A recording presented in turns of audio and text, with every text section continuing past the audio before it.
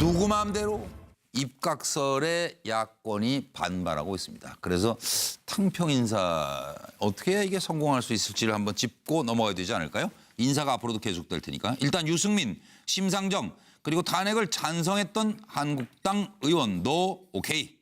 문재인 대통령의 탕평 인사 성공 조건을 좀 여쭤보고 싶습니다. 지금 협치를 하자던 야당에서 야당 정치인 입각에 대해 이거 정치 공작이다 이렇게 반발하고 있거든요. 그 이유가 뭔지를 짚어주시고 그거를 무마하면서 어떻게 하면 성공할 수 있을까? 그 조건을 제시해 주시기 바랍니다. 입각설에 누구 마음대로 그리고 설은 설일 뿐이에요. 아니야 물밑 조율 중이에요. 뭐 이런 얘기들이 지금 오가고 있습니다. 박영선 의원, 심상정 노동부 장관, 유승민 경제부총리, 탄핵 동참한 한국당 의원 다 입각 가능하지요. 임종석 청와대 비서실장, 경제 어려움 그리고 사회복지 분야 유승민 후보가 더 많이 고민한 듯 하더라고요. 송영길 의원 뿌리가 같은 국민의당인데 뭐 안철수 없으면 연정 가능해요. 이런 얘기를 또 하셨고 유승민은 제안 받은 적 없고 제안이 와도 생각이 없습니다. 심상정 측에서는 당대당 협의도 없이 이거 무례한 간복이 아니에요. 자유한국당 야당의 분열을 노린 낮은 정치 공작이다. 국민의당에서는 협치와 연정의 바른 방식이 아니다. 바른정당은 이런 식의 언론 플레이는 예의가 아니지요. 정의당 심상정 입각이라니 상식에 맞지 않는 일이라고 좀 부정적 반응을 보이고 있습니다. 들어보시죠. 네. 그리고 탕평인사 성공의 조건을 6분이 제시해드리겠습니다. 정의당의 심상정 후보를 어떤 협치의 상징으로 노동부 장관으로 기용하면 어떻겠느냐 이런 네. 얘기들 아시죠? 네네. 저는 뭐 가능성 있는 이야기다라고 생각하고요. 제가 뭐 그 대통령께서 후보 시절에 보고를 드린 거니까요. 예. 그때는 대통령께서 굉장히 긍정적으로 생각하셨습니다. 그렇군요. 예. 그러면 뭐 유승민 후보 얘기도 사실 많이 돌았는데 그것도 불가능한 얘기 아닌가요? 뭐 저는 그렇다고 생각합니다. 네. 정부 조직 개편과 관련해서 정무장관이 꼭 필요하다는 조언을 해드렸고요. 대통령 취임 직후에 중요 자리들이 신속히 임명되는 데 대해서는 저희들이 좋게 평가를 했습니다. 청와대에서 흘러나온 얘기가 이제 바른정당에 이제 입각을 제의하시는 부분도 약간 있는 걸로 이렇게 나오고 있는데 그 정부 운영에 좀 참여하는 거에 대해서는 당 의원들이 어떻게 생각하십니까? 현재까지 어떤 제안도 받은 바가 없다고 알고 있고요. 만약에 그런 제안이 오게 된다면 의원 전체들과 상의하도록 하겠습니다. 제안이 오지도 않았는데 무슨 그런 이야기 한다는 자체가 저는 왜 언론에 그런 보도가 나는지 이해가 안 됩니다. 예. 오늘 임종석 예, 그러고 그거는 일단 뭐 언론에 그렇게 나는 게 이해가 안 되고, 예, 제안이 안 온 걸 가지고 뭐 제가 뭐라고 말씀드리기도 그렇습니다만은 뭐 생각 없습니다. 예. 야당은 야당대로 역할이 있다고 생각합니다. 저희들이 협력할 거는 협력하고 또 잘못하는 거는 비판하고 그게 야당의 역할이니까. 이 참 인사 문제라는 게 유승민 심상정 입각설 이게 설인가요? 아니면 물밑 조율이 지금도 계속되고 있는 거예요? 박영선 민주당 의원은 심상정 유승민 입각 가능하다. 자유한국당 의원들도 뭐 못할 건 없죠. 유승민 바른정당 의원은 입각 생각 없습니다. 야당은 야당대로 역할이 있는 것이지요. 그래서 들어갈 생각이 없으신 것 같고 임종석 비서실장은 사회복지 분야 오히려 유승민이 더 잘 고민한 부분이 많다. 이러면서 이게 이제 아직도 가능한 지금 얘기인지 심상정 정의당 대표 측에서는 뭐 합리적 과정이 없이 명단에 오르내리는 것이 상식이 아니다. 이런 이제 반발들이 나오고 있습니다. 조금 인사 문제는 아무래도 이게 민감한 무거운 주제라서 지금 보시는 대로 이제 경제부총리설, 노동부 장관설에 대해서 이런저런 얘기들이 쏟아져 나오고 있어서 요 짧게 짚고 넘어갈 텐데 발언 순서를 이건 조금 어떻게 나이 순으로 하는 게 좋은가요? 네, 제가 제일 젊은 사람이 하겠습니다. 그러면. 예. 덥석. 예. 네, 저 서울역 가시면요. 젊다 이거죠 이제. 서울역 가면 이제 피켓 들고 예. 예수천국 불신지옥 이런 피켓 많이 보셨을 텐데 아마 제가 볼 때는 이 야당과의 연장에 대해서 국민은 천국이라 생각하고 야당은 지옥이라 생각하는 게 아닌가. 왜 이렇게 말씀드리냐면 야당들은 이 문제에 대해서 의원 빼가기다, 정치 공작이다, 야당 흔들기라고 크게 반발하는데 사실 국민들은 아 그래 여야가 정치는 이제 그만 좀 싸우고 민생 문제, 안보 문제 힘을 합쳐서 잘 좀 해봐라라고 해서 오히려 환영하고 반기는 여론이 상당히 높습니다. 그래서 따라서 어떻게 제가 보기엔 하라고요? 야당이 이 문제에 대해서 네. 막연하게 의원 빼가기다, 흔들기다라고 하지 말고 네. 기존의 야당과 좀 다른 야당에게 욕을 하시는 거네요. 부분적으로 개각에 참여해서 예. 민생과 안보에 대해 협조하고 대신에 네. 정부 잘못한 것은 견제와 균형을 동시에 한다면 변화된 야당상을 보인다면 오히려 네. 국민들에게 플러스되지 않겠나라는 생각이 예. 들어서 전 야당의 발상의 전환을 한번 제안해 보고 싶습니다. 자, 그다음 젊은 주자는 접니다. 예, 박찬호 박사님. 예. 그런가요? 그런가요? 이 조금 얘기가 좀 달라지네요. 별로 도의가 안 갑자기 되네. 토론하다가 뭐. 민증을 까야 협치하고 예. 협치하고 연정은 예. 그냥 단순한 개념이 아니고요. 이건 우리가 국정 운영에 있어서 굉장히 중요한 방식입니다. 예. 이걸 우리가 마음대로 뒤집으면 안 돼요. 예. 협치는 국정 운영을 할 때 다른 정당과 다른 사람들하고 손을 잡고 함께 의지를 모아서 함께 어떤 문제를 풀어나가는 과정이고 예. 연정은 정부의 참여를 같이 하는 거예요. 네. 근데 지금 만약에 심상정의 정의당과 협치할 수 있는 거죠, 얼마든지. 네. 노동부지 협치를 해야 되잖아요. 네. 안을 들어보고 우리 안을 만들어보고 그 안이 좋으면 그 안을 받아 국회에서 협치가 이루어지는 하는 거죠. 것인데 국회. 만약에 심상정 의원을 노동부 입각을 장관으로 한다. 가면은 네. 저는 인물로 딱이라고 봐요. 그러면 정의당은 어떡하죠? 네. 그 정의당 당직을 떼고 가야 됩니까? 네. 달고 가야 됩니까? 이거는 근본적인 문제가 있는 거예요. 단순히 네. 도와준다 안 도와준다의 문제가 아니고 예. 그런 방식으로 접근을 해야 그걸 되는 어떻게 겁니다. 해결해야 되냐고. 자 그러면은 네. 문재인 대통령의 인재풀은 네. 지금 다수가 상당히 많은 걸로 알고 있습니다만 네.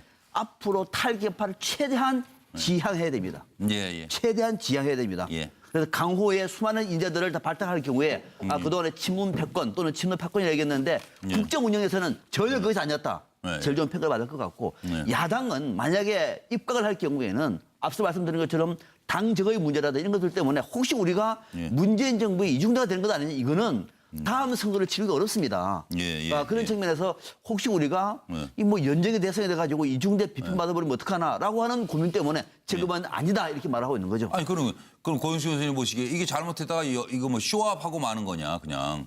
예? 그러면 이거 역반응이 역작용이 오는 거 아니에요? 문재인 정부에도? 협치한다고 모양만 내고 생색만 실제로는 내고 아무것도 마는 거 이루어지도 아닌가. 않고. 예. 그렇게 제가 돼서는 안 지금 이제 되는데요. 젊기로는 세 번째입니다. 뭐 나이가 문제가 아니고 마음이 젊은 마음이 젊은 저뭐 반발이 많은데요. 아니 여기도 마음이 지금. 젊은 게 중요하죠. 아니, 그렇게 하세요. 그러니까. 그러니까 지금 뭐 문재인 대통령은 협치 참 오랜만에 내지 지나가네. 연정을 해보자 같이. 이런 취지로서 뭐 이렇게 이 얘기를 하는 것 같은데 저는 이건 꼼수 연정이고 꼼수 협치라고 봅니다. 야당 입장에서는 누가 보더라도 이거 흔들기고 빼오기고 당 와해시키는 거 아니냐. 그래서 그래서 방법을 적어도 어떻게 하면 좋아요? 연정을 할 생각이고 그런 생각이 있다고 한다면 DJP 연정처럼 예. 그런 뭐 이렇게 편법을 동원할 게 아니라 전공법으로 정식으로 제안을 하고 그에 따라서 물밑 협상을 통해서 연정의 형태를 예. 어떻게 할 건지 그 협상을 통해서 이렇게 해야지. 예.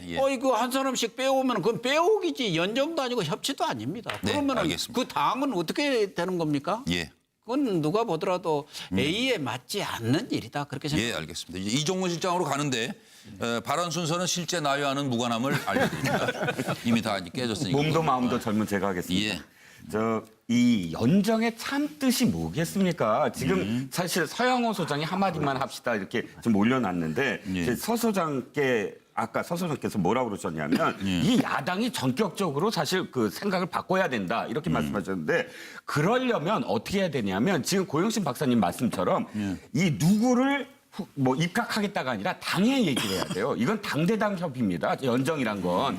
왜 고개를 끄덕이시는데 보세요. 자, 심상정 심상정 대표를 장관에 기용하는 게 문제가 아니에요. 자, 장관들은 뭘 해야 되죠? 국무회의를 해야 됩니다. 국무회의에서 의결을 해야 돼요. 그러면 이 정부가 갖고 있는 각종 뭐 외교 문제, 안보 문제 거기에 자신의 뜻이 다르더라도 그러면 그때마다 당에 물어봐야 됩니까? 자, 이게 어떤 뜻이냐면 그 전에 당 협의를 어떻게 해야 되냐면 당신들의 정책에서 이거 부분은 내가 인정을 하겠다. 또 이런 부분은 수용을 하겠다. 이런 협상한 다음에 장관직을 하는 거예요. 연정이란 거. 근데 그 사람만 하는 게 아니거든요. 그 사람만 하면 당장 또 말씀드린다면 굉장히 많은 부분에서 오류가 생겨요. 국무회의에서도. 그러니까 이건 당대당 협의가 돼야 되는 문제지. 이렇게 막 흘려서 흔들어 놓는 것 이건 굉장히 그러니까 전반적으로 지금 말씀 쭉 들으니까 순서에 문제가 있다 지금 그런 말씀이시고 김영주 전 의원님은 네, 뭐 그 중복을 피하는 측면에서 제가 보기에는